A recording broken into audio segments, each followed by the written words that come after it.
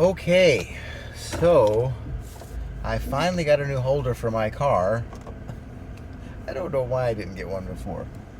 I don't know what this one cost, but I mean, I want to say $16, maybe $26. I don't even know. What was I putting this off for?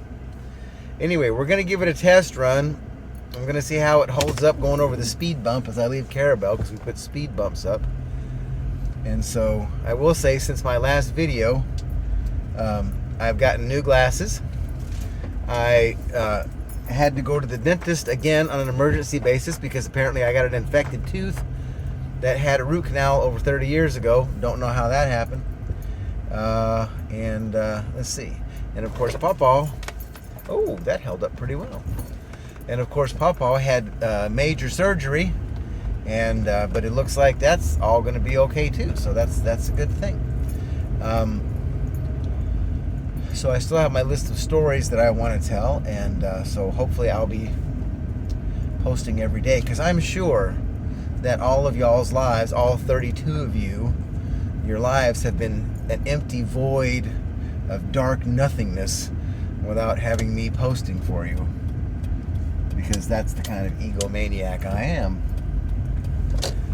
But I was going to tell you about, I think this was the year that Caleb turned, it may have been 13 or 14. I can't remember the year exactly. But, so we had his birthday party at Fort Macon. And Fort Macon is about 35, 40 miles away from us. And it's an actual real fort that was used before the Civil War, during the Civil War, during the First World War, and during the, and also I think they were even using it for different reasons in the Korean and Vietnam. Oh, and World War II too. So, but I mean, this is an actual brick and mortar, old-fashioned looking fort, and they've set up displays in the rooms and all that sort of stuff like that. But for all intents and purposes, this place looks like it always has. And so I had this idea that I wanted to do Caleb's birthday party there, and what I was going to do is I was going to have them go on a treasure hunt. So I made these little clues that he and his friends would have to follow to find this hidden treasure. And they weren't terribly difficult clues. I didn't want it to be that kind of thing, but they were just, I tried to make them fun. And I remember I called the park ranger, and I said, "Listen, I just want to let you know that I'd like to do this. Is it okay?" And he said I can't tell you, I can't give you permission to do this, but he says what I can tell you is nobody's going to check. So we went there.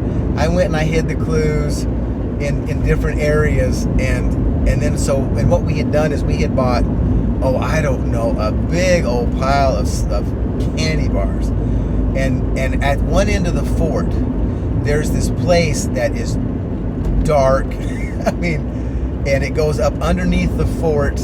It's wet most of the time. It smells kind of mildewy, and so anyway, that's where Cindy and I, that's where we hid these candy bars, and I don't know, it was so fun because I was afraid that it was going to be a total bust, like Caleb and his friends were like, "Oh, we're too cool for this," or whatever, but they really seemed to enjoy it, and I certainly enjoyed doing it. So anyway, yeah, I just wanted to tell that story.